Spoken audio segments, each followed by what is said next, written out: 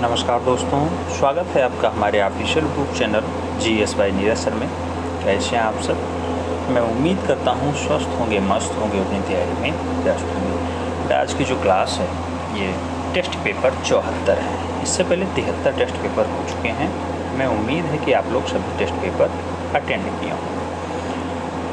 यहाँ जो टारगेट लिया गया है बेटा, लक्ष्य है अपना वो TGT आर्ट के लिए। TGT आर्ट जो 148 पदों पे वैकेंसी है उसको फतेह करने के लिए हम लोग मेहनत कर रहे हैं, केवल और केवल उसी की तैयारी कर रहे हैं।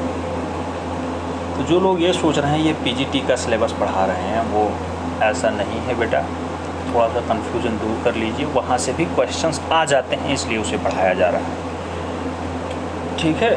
तो क्वेश्चंस कहीं से भी बन सकता है। जो सिलेबस डिज़ाइन है वो तो हमने पढ़ा ही रखा है, उसे बार बार पढ़ाते रहेंगे, दोहराते रहेंगे, मनन करते रहेंगे, लेकिन आउट ऑफ सिलेबस क्वेश्चंस बहुत बार पूछे जाते हैं, इसलिए मैं उसे करवा रहा हूँ।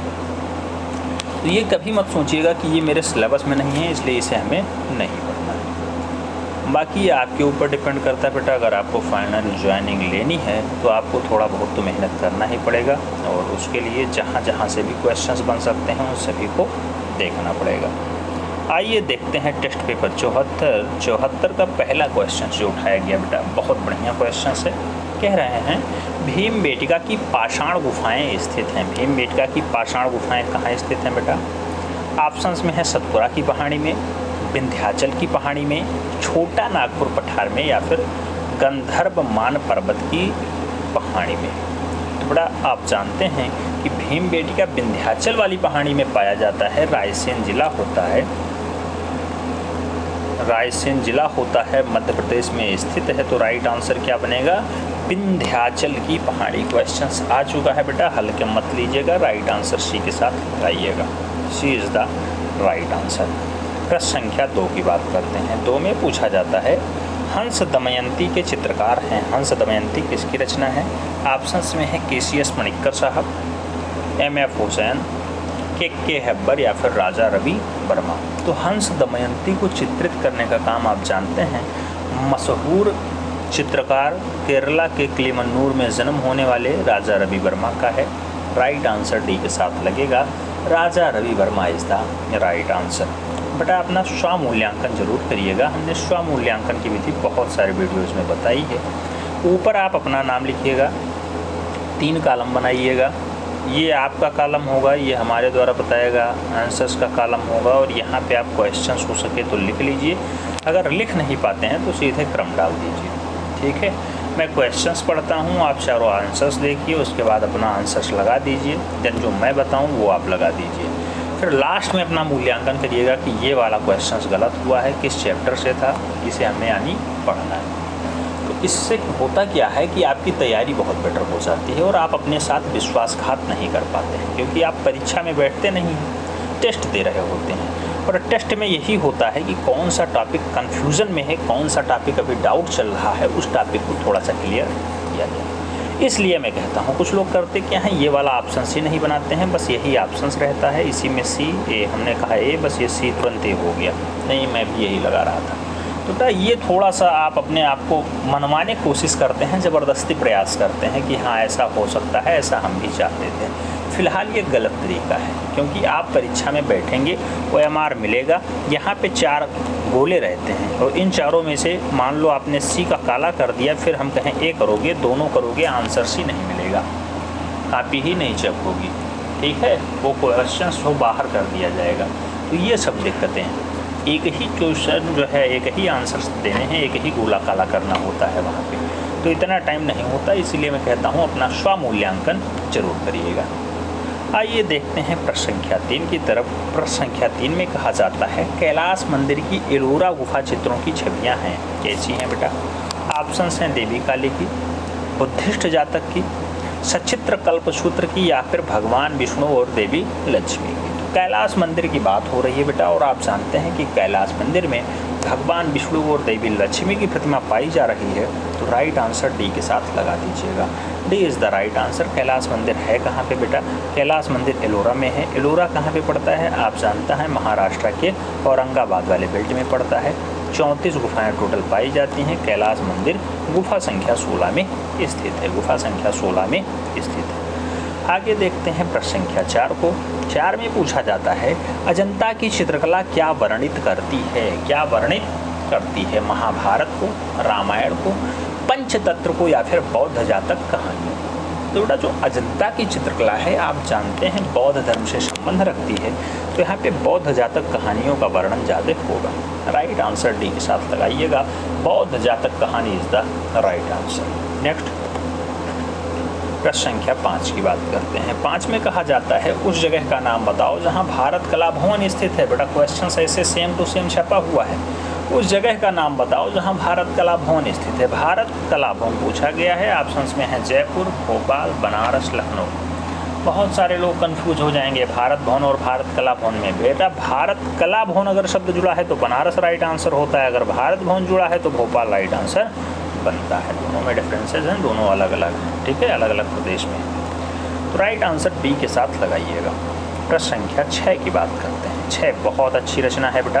पूछा जाता है बीजू का चित्र श्रृंखला संबंधित दीप्तेश घोष से, राजेंद्र प्रसाद से, हेमराज से या फिर अवधेश मिश्रा से। बेटा जो बीजू का चित्र श्रृंखला है मूल रूप से आप जानते हैं फैजाबाद के निवासी हैं अवधेश मिश्रा जी। लखनऊ में रह कर के चित्रकारी करते हैं। शकुंतला महाविद्यालय आप जानते हैं, उसमें मूल रूप से ये चित्रकला विभाग के विभागाध्यक्ष हैं, वहाँ पे एज अ प्रोफेसर के रूप में कार्य कर रहे हैं। अवधेश मिश्रा जी फैजाबाद के निवासी हैं। बिजूका नामक चित्र श्रृंखला इन्होंने बनाई थी, बहुत अच्छी रचना हुई, बहुत ज़्यादा लोकप्रिय हुई, वर्तमान समय के बहुत अच्छे कलाकार माने जाते हैं। राइट आंसर डी के साथ मिल रहा है, D is the right answer. बहुत सारे पुरस्कार भी जीत चुके हैं। नेक्स्ट प्रश्न संख्या 7 की बात करते हैं। पूछा जाता है पल्लव वंश की राजधानी यहाँ स्थित थी। पल्लव वंश की राजधानी यहाँ स्थित थी। ऑप्शंस में है महाबलीपुरम, कांचीपुरम, हम्पी या फिर बदामी। तो बेटा जो पल्लव वंश है उसकी राजधानी आप जानते हैं कांचीपुरम या फिर कांची में स्थित थी, तो कांचीपुरम लगाइए, या फिर कई जगह कांची ऑप्शंस में रहता है तो कांची हो जाएगा। कांची या कांचीपुरम में स्थित थे। राइट आंसर बी के साथ बनेगा, B is the right answer. प्रश्न संख्या 8 की तरफ बढ़ते हैं। 8 में पूछ लिया गया है national gallery of modern art स्थित है। National gallery of modern art कहाँ स्थित है? ऑप्शंस में है पणजी, जोधपुर, नई दिल्ली, जयपुर। तो national gallery of modern art मूल रूप से कहाँ पे स्थित है? आप जानते हैं राष्ट्रीय राजधानी क्षेत्र नई दिल्ली में स्थित है। तो राइट आंसर क्या बनेगा?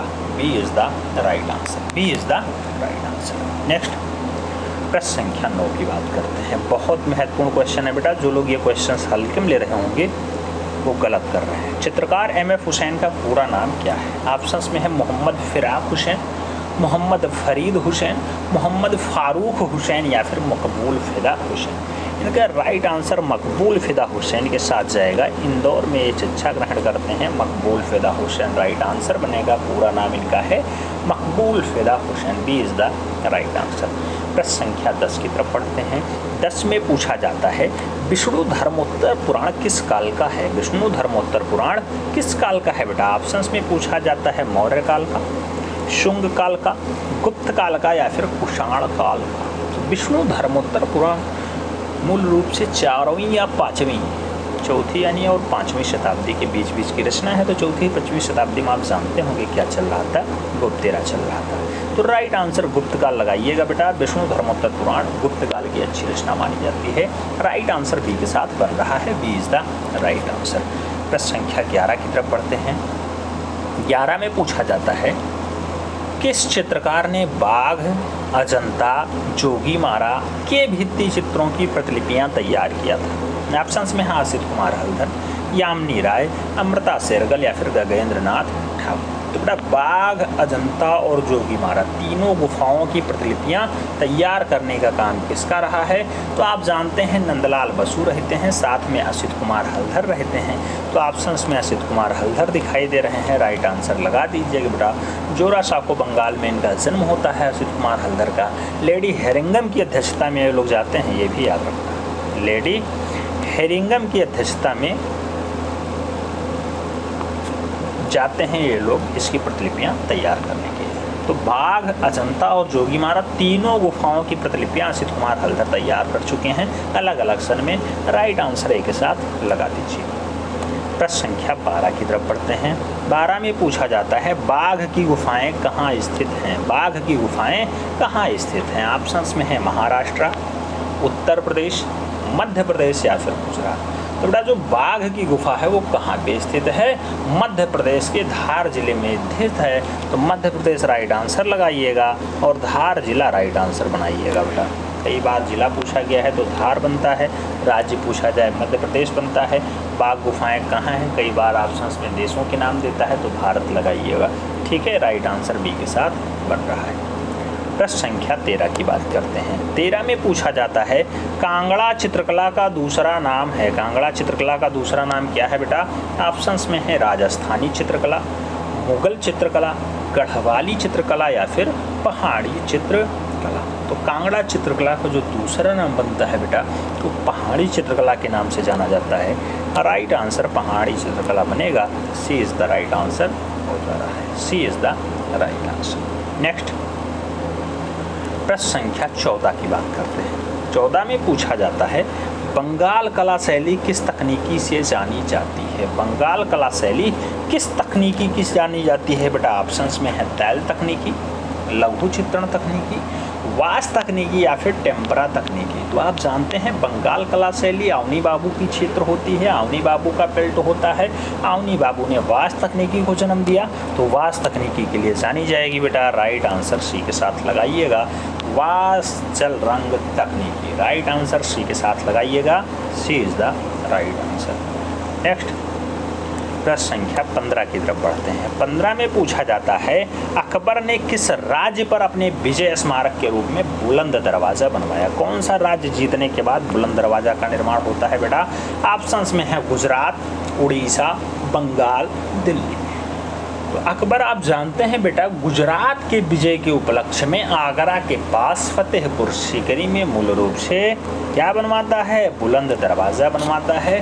बुलंद दरवाज़ा की हाइट बहुत बार पूछी गई है बेटा। कई जगह 134 फीट मिलता है, कई जगह 176 फीट मिलता है। आयोग जो है 134 फीट को राइट आंसर मान चुका है बेटा। हालांकि वास्तविक ऊंचाई 176 के आसपास है, लेकिन आयोग जिसे मानता है उसी पे काम करना है। तो गुजरात विजय के उपलक्ष्य में अकबर ने बुलंद दरवाज़ा बनवाया था। ये क्वेश्चन याद रखना, राइट आंसर ए के साथ बन रहा है। प्रश्न संख्या 16 की बात करते हैं। 16 में पूछा जाता है सिंधुवासी किस वृक्ष की पूजा करते थे। कौन सा वृक्ष पूजते थे बेटा। ऑप्शंस में है पीपल वृक्ष, बरगद वृक्ष, नीम का वृक्ष या फिर समी का वृक्ष। तो सिंधु घाटी सभ्यता के लोग आप जानते हैं उस टाइम पे पीपल बहुत फेमस हुआ था और पीपल का वृक्ष ऑक्सीजन देता है। तो ये जो है सर्वाधिक पूजनीय है वर्तमान दृष्टि में भी। और जो है सिंधु काल के लोग भी पीपल वृक्ष की पूजा बहुत अच्छे से करते थे और भगवान पशुपति का भी यह लोग ध्यान बहुत ज़्यादा ही करते थे। भगवान पशुपति की भी पूजा उस टाइम ये लोग किया करते थे। तो राइट आंसर पीपल वृक्ष के साथ लगाइएगा। A is the right answer. Next प्रश्न संख्या 17 की बात करते हैं। 17 में पूछा जाता है मुगल चित्रकला किस शासक के काल में अपनी चरम पराकाष्ठा पर पहुंचती है। तो मुगल चित्रकला कौन से शासक के काल में चरम पराकाष्ठा पहुंचेगी बेटा। ऑप्शंस में है अकबर, बाबर, जहांगीर, शाहजहां। मुगल चित्रकला की बात हो रही बेटा। मुगल चित्रकला में स्वर्ण काल जहांगीर के काल को कहा जाता है। तो राइट आंसर जहांगीर ही लगाइएगा। C is the right answer. C is the right answer. Next प्रश्न संख्या 18 की बात करते हैं। पूछ लिया गया वर्ण क्या है। ऑप्शंस में है प्रकाश की संपत्ति है, रेखांकन की संपत्ति है, संवेदना की संपत्ति है या फिर वस्तु की संपत्ति है। तो बेटा वर्ण क्या होता है। वर्ण क्या होता है। वर्ण प्रकाश की संपत्ति होती है बेटा। संपत्ति है किसकी, प्रकाश की। तो राइट आंसर प्रकाश की संपत्ति लगाइएगा। ए इज द राइट आंसर हो जा रहा है। प्रश्न संख्या 19 की तरफ बढ़ते हैं। 19 में पूछा जाता है जयपुर शैली पे सर्वाधिक प्रभाव किस शैली का है। जयपुर शैली पे सबसे ज़्यादा प्रभाव किसका रहा है। ऑप्शंस में है कंपनी शैली, मुगल शैली, बंगाल शैली या फिर पहाड़ी शैली। तो जयपुर शैली पूछा जा रहा है बेटा। आप जानते हैं जयपुर शैली किसके अंतर्गत आएगा। राजस्थानी राजस्थानी चित्रकला के अंतर्गत आता है। और राजस्थानी चित्रकला सबसे ज़्यादा प्रभावित किससे रही है, मुगलों से रही है। मुगलों से। तो बेटा मुगल शैली ज़्यादा हावी रहे हैं यहाँ पे, मुगल शैली राइट आंसर लगाइएगा। मुगल शैली आप जानते हैं हिंदू प्लस ईरानी शैली इक्वल टू मुगल शैली बनती है, तो ये भी आपको याद रखना होगा, हिंदू प्लस ईरानी इक्वल टू मुगल शैली। तो हिंदू प्लस ईरानी इक्वल टू मुगल शैली बनती है और मुगल शैली से राजस्थानी शैली प्रभावित होती है और राजस्थानी शैली के अंतर्गत ही जयपुर शैली आती है, इसलिए ये भी मुगल शैली से ही प्रभावित रहेगी। तो राइट आंसर सी के साथ बनेगा। प्रश्न संख्या 20 की बात करते हैं। 20 में पूछ लिया गया बेटा कैलाश मंदिर के मध्य स्थापित है, क्या है बेटा? ऑप्शंस में है गणेश, शिवलिंग, शिव पार्वती या फिर पार्वती। बेटा कैलाश मंदिर के बीचों बीच में क्या स्थित है? तो आप जानते हैं शिवलिंग स्थित है। राइट आंसर सी के साथ लगाइएगा, शिवलिंग इज द राइट आंसर, यानी सी इज द राइट आंसर।